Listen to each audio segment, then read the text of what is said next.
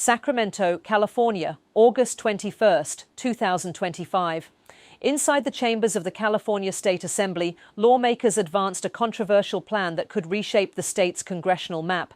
The measure, approved during a tense session, marks the latest battleground in America's ongoing redistricting wars, a clash that has come to define the balance of political power between Democrats and Republicans nationwide. With the presiding officer declaring, "The measure passes, the measure is adopted." Democrats in California celebrated a victory they had been pursuing for months.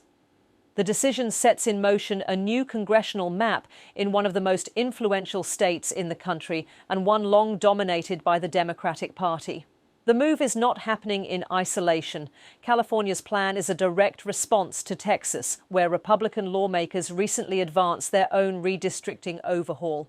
In both states, the strategy is clear: lock in advantages ahead of the pivotal 2026 midterm elections.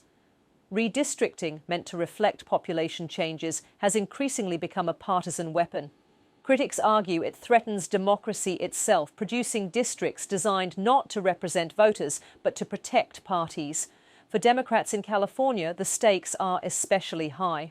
While the state remains reliably blue overall, recent election cycles have seen Republicans gain ground in swing districts, particularly in the Central Valley and Orange County.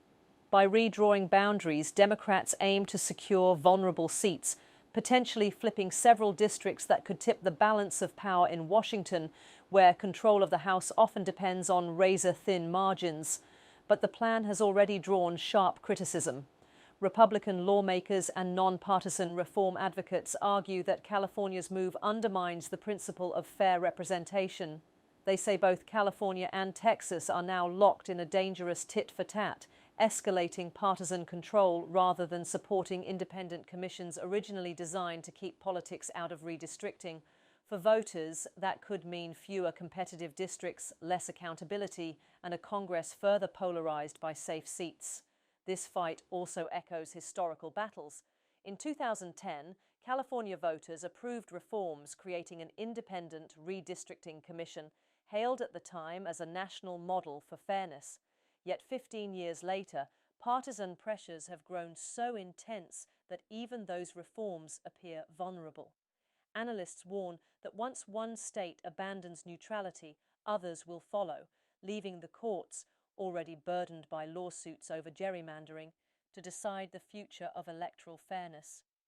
The passage of this measure sends a clear message. The struggle over who draws the maps is now inseparable from the struggle over who controls Congress.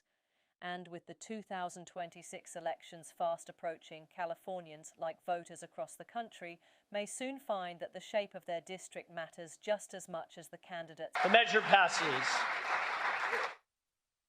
The measure is adopted.